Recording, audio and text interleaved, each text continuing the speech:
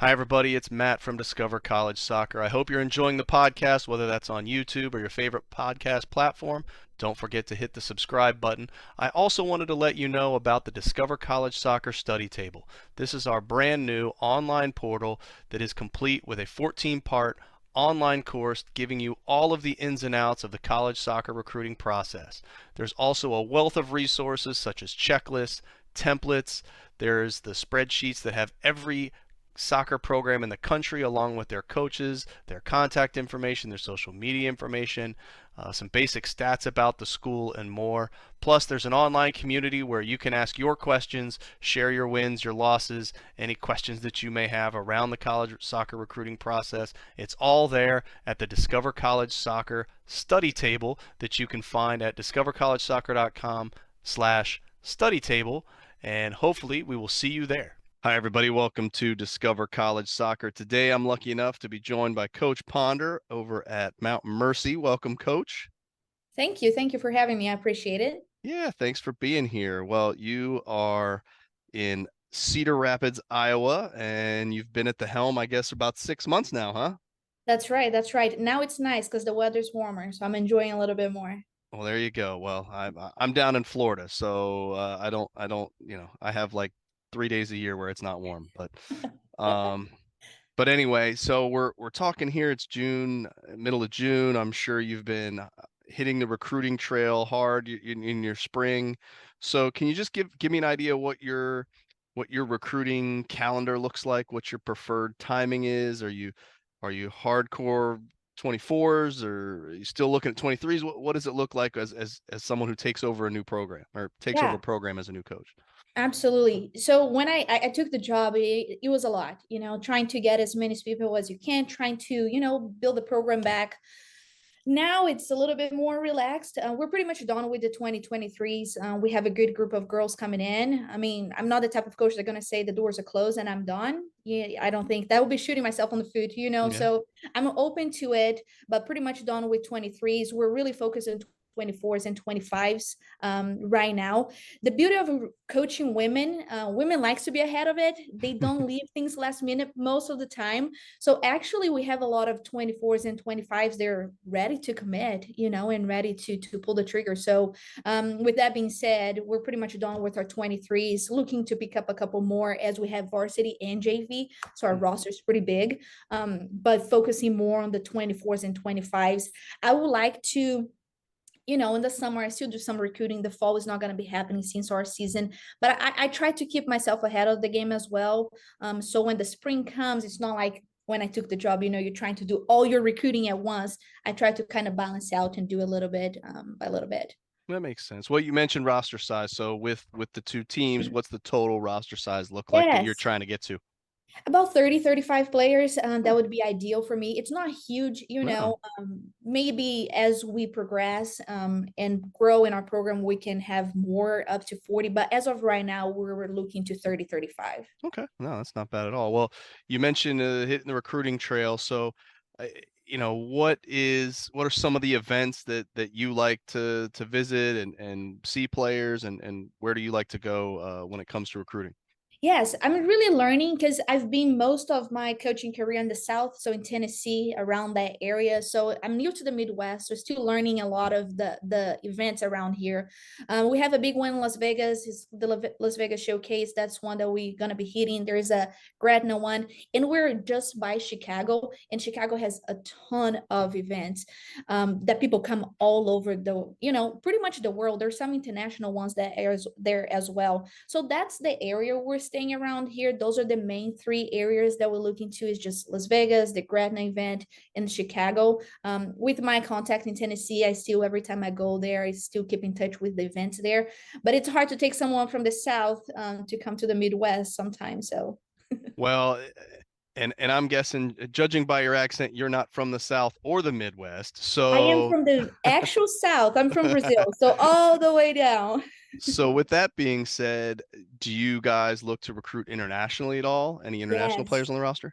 We have, I would say, 50 to 60% of my roster is international. Oh, wow. Okay. We have a big amount of foreigners on the team, which, I mean, I'm international myself, came to the United States to play soccer. So I know how the process goes and how it works. So I really try to help the girls. They're trying to do it as well. We have right now 7 different nationalities on our team. So it's a big hit for us as well. And being NAIA, you're a little bit more lenient with the rules with recruiting internationals. So we are focused. We have a lot of local girls like from the Midwest and also internationally. Okay. Well, whether it's international or domestic, what are you looking for in a player? What is it that makes you want to say, okay, come join our team? Man, work ethic is huge for me. People that want to win and want to put the work in, being good and being successful doesn't fall in your lap. You know, everybody that be an athlete, you know how it goes. So what I'm looking for is for players that just want to go after. I always tell my recruiting process, if you're not willing to give 1000%, I don't want you. And it's just me being very blunt and honest with them. um, Also good people. I think soccer is huge, and this is my job, right? I want to win. I want trophies, I want rings, I want all of that stuff. But the type of people they're becoming is very important to me and my coaching staff as well. We're very intentional, sorry, with focusing on them as people and investing in them and helping them become good human beings. Soccer will end for everybody at one point, so who they're becoming is very important to us as well. So can we win and also avoid the drama and be a good group of people? That's what I'm looking for. And if a player fits the mode, that's who I want here. Okay. Well, let's talk a little bit more about the school. I'm sure there's folks out there not familiar with Mount Mercy. You're quite a bit away from down here in Florida, so I'm sure a lot of folks in my club wouldn't know about it. So Yeah. you've been there for 6 months now. So what have you discovered about the school that's really awesome? What are some Yeah. things that you're really excited about with the program and the school itself? Yeah. Mount Morris is a great place, honestly. One, we're in Cedar Rapids. I know people don't know much about Iowa. I didn't before coming here. I had to do my research, but we're actually the second largest city in Iowa. So Des Moines, the capital, is pretty big, and then we are at a pretty good sized town, which makes Mount Mercy more attractive. We're not in the middle of nowhere. Um, and the school itself, we have a great structure here. Academically, we're very high rankly academically. Our nursing programs and medical field, it's pretty big, as we have a couple hospitals like a few miles from us, which attracts a lot of nursing and PT, all of that. So Mount Mercy, we're probably 5 minutes from downtown. So if you go to the top of the hill, you can see downtown from our campus, which is pretty sweet. And of course, we are a couple hours from Des Moines, a few hours from Chicago. We're at a very good location when it comes to that. The school itself, I've learned a ton. Our athletic facilities, I would say, I know I'm biased, but the best in our conference. We have a great sports complex here. It's when people come to campus, that's usually like a huge deal breaker. People are like, oh wow, this is super nice, and I want to come here. The school invests in athletics quite a bit. About 70% of our student population are athletes, so that's very good. The school knows the importance of athletics, and they invest a lot in it. So that's good. Now it's like to mention this on the recruiting process. If anybody knows anything about Iowa, it's because it's cold. Everybody knows that fact about it. So our school has a huge perk to it. We have underground tunnels that connect all the buildings. So during the winter, the kids don't go outside. They just take the tunnels to go to class and to buildings, which is super cool. Me being from Brazil, I'm like, if I went here, I'll be on the tunnel 24/7 in the winter. Yeah, Yeah, it's a little different cold. I grew up in Ohio, so it's I can different, man. It's yeah. different. The cold here, like it hurts. It's like that. Yeah, yeah, for So it's sure. awesome. It's a cool environment for sure. Well, good. Well, obviously when kids are coming to school, it's about soccer as well as the academic side of things. So, can you just discuss how your student athletes really balance the draws of the school as well as their sport, and what kind of support systems does a school offer to help them be successful on both sides of that? Man, so important. We are at a small school, which I find very helpful when you're a student athlete. We have about 1,700 students on campus, not a lot, which makes your classroom size smaller, which makes more personable with professors. Like I mentioned just a second ago, majority of a student population are athletes. So the professors are really used to dealing with athletes and missing classes. You know, you go miss class for training and games and traveling. So we have a very good support system here. We have tutoring for free. You know, we have me as a coach and my coaching staff, we do a lot of study hall as well. So the school itself require every freshman to go into study hall. That's just to help them transition from high school to college. You know, it can be demanding and overwhelming, to be honest. So we have that, but as a coaching staff, we also, I have a GPA goal that I require all my girls to hit, and if they're below that, I do a little bit more on the academic end, as far as requiring to do tutoring instead of an option, you know, and really keep in touch with the professors. I mean, you call student athlete for a reason. It's not an athlete student.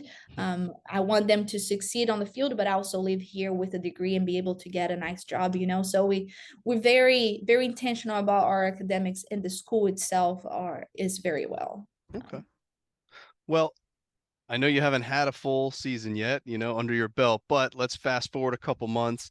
Can you walk me through what you see a typical week looking like for your student athletes in terms of, winter meals, classes, practice times, games, cadence, all that kind of Yeah. stuff? What do you think it's going to look like for them? Yes, well, I can tell by I was a student athlete, right? So it's going to be very similar wherever you go at this level. During the season is very very taxing, you know. It's very, it goes by very fast. That's the reality of it. You wake up early in the morning, you have your breakfast, and you go to class all day, and then in the afternoon you have your training session for about 2 to 2.5 hours. Now at this level, you know, you play 2 games a week, so the only day you have off in our conference it's Sunday. So you training or playing games every day. As far as your season goes, then you have, you know, lunch in the middle, and then dinner whenever you're done with practice. I mean, of course there's preseason prior to our season, which here at Malmers we have 2 weeks of preseason prior to school starting. That looks a little bit different. We have 2 practice a day, there's no school. We have a lot of team activities and team bonding and meetings, just so we can get that chemistry off the field and really figure it out our goals and what we're doing. So yeah, that's how it goes. Preseason, pretty. I always say, as an athlete, that was my favorite part. You know, there's not a lot of school. All you do is play soccer and hang out with your friends. So that's how it goes. And the season that we're looking forward, it's gonna look like that. Okay. Well, now I know like you've only been there a few months, but can you give me a rough idea? As a parent, I'm always concerned, okay, how much is this going to cost me, right? So can you just give me a rough idea what an average soccer player would be coming into in terms of how much it would cost, scholarships, whether those are academic or athletic, kind of what's a typical financial aid situation look like there? Yeah, absolutely. So great thing about Malmers, we stack scholarships. So that means you can combine multiple type of scholarship, right? Or of course, if you're an in-state kid, you might have a little bit more ages because you can apply to all the grants and stuff like that. But we do offer athletic scholarship. It's really up to me how much I give. And academics is solely based on your GPA. That's how it goes Hmm. here. And athletic solely based on your performance. That's how it is. But then we have a lot of little scholarship, as far as like if you come on a visit you get a grant. Hmm. If we are the Catholic institution, which it doesn't mean you have to be Catholic to come here, but if you go to a Catholic high school you can get another grant. So Hmm. we do have a lot of things that you can stack up, and we actually have a really good deals for internationals. So for international student to come here, they don't have to have a certain GPA. So they get a chunk of money just for coming here from their country, which it kind of takes a little bit of the weight, you know, out of internationals. And sometimes the grades translate different too. Um, so that's why another reason why we have so many internationals is we have a pretty good scholarship when it comes to recruiting foreigners. So yeah, it's pretty good. I would say if you're a good student and you're a decent player, you're gonna be very sad here at Mount Mercy. Okay. No, that's great. Well, we've let's shift gears, talk a little bit about the team and the soccer side of things for a bit. You mentioned your roster size and you mentioned your staff. So what does your staff look like? How big is it? What role does everybody play? How does that look? Yes, it's me, and I have 2 assistants. I have a full-time assistant and a GA, which is awesome. It's very very helpful. They're both, we're all doing varsity, right? When it comes to the JV team, my GA is actually the head coach for the JV team. So that's how we divide things.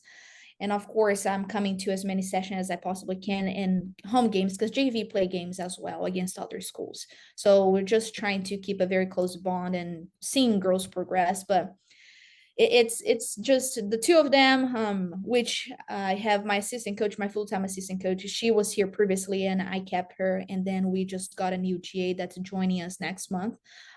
So that's as far as my, both of them have played at a very high level, you know, very, very helpful people. Definitely could have been doing by myself. We all do recruiting, we all do coaching, we do everything. It's a small school, so you do everything. That's how it goes. Yep, yep. I remember those days. Very invested. Yep, Yes. yep, yep. Well, in terms of, obviously you haven't had any games yet, but how would you overall describe your coaching style and the style of play that you want to impart on the team? Yes, it's gonna be a change. The girls, you know, they can already see a change from where they were to where we're going towards. I mean, as I mentioned before, I'm from Brazil, so I like the pretty soccer, right? I like to watch pretty soccer and I like to play pretty soccer. That means I'm a very possession-oriented type of coach. Don't enjoy a lot of the kicking and running. Therefore, I know there's times you need to do that, right? You need to adapt as a coach and as a team. But I do like to keep the ball on the ground and play the feet. Grew up in Brazil with the saying that the ball is who does the work, you know, which is very different here in America. I played here. The games, he's very athletic, very physical. So just combining how I like to play the possession oriented with the still being very athletic, you know, and things like that. That's how I want to play. I want people to watch Mount Mercy and be like, man, this is fun to watch. Okay, all right, I like it. Well, you did get to have a off season, the spring season with your team. So what did that look like? What should players expect to do when they're not in their regular season? Yes, my off season is still pretty intense. The girls would say that our off season feels very much like a season. I do find an importance doing off season. I'm not the type of coach that's just gonna let my players go and do whatever they want.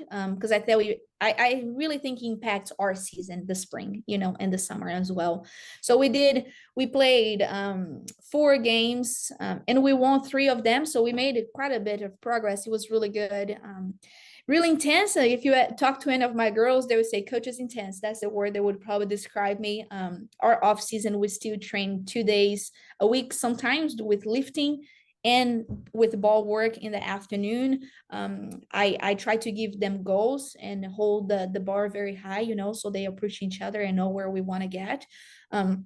So yes, my off season, I try, you know, as a coach, we're all intense. We want to win, we want to progress. But I try to also understand that the spring is a time that they're gonna work more, you know, and they're gonna take harder classes to try to catch up and things like that. So I try to balance out. Sometimes my assistants have to tell me, hey, we need to give them a day off. But I'm open to it. I'm very open, and you know, if we have to change, we'll change. But the spring, that's how it looks like for us here at Mount Mercy. Just getting ready. I always tell the girls, I feel like it's an ongoing thing. So in the spring, you shouldn't be picking. It's not our season, but you should be progressing and getting better. So when the fall comes, that's when you hitting the top, right? Because that's our season. So that's how I see it. Spring comes, you're going up, up, up. Summer, fall comes, you're peaking and at your best form. No, I love it. I love it. Well, coach, I always like to end these with the same question, and that is, if you had one piece of advice, one nugget of information that you want to impart on any family players going through this college recruiting process, what would that be? Yeah, I would say don't be so fearful. I feel like kids come in thinking this is something out of the world, you know, like so afraid of it. It's very doable. Playing and going to school is very, very doable. And honestly, most of it's fun. It's probably one of the most fun 4 years of my life. You know, it's being that and making a friendship and enjoy yourself and getting a degree. So I would say for families, just like don't be afraid to ask questions and go after it. That's what we coaches want. You know, it's really hard on the recruiting process when parents are not engaging or the kids are not engaged and you constantly have to chase them. It's like just ask questions, you know, be comfortable with the process. most coaches sitting in my chair have gone through the process themselves as a player. So just understand that we know what it takes and how it goes. And if we're recruiting, it's because we see something in you different, right? So just telling the kids that, yeah. Okay, awesome. Well, Coach, wish you the absolute best of luck in your first full upcoming season. And if you do make it down to Florida for any of the big recruiting I was events, just there 2 weeks ago. oh, where'd you go? I went to Fort Myers. That's where some of my family.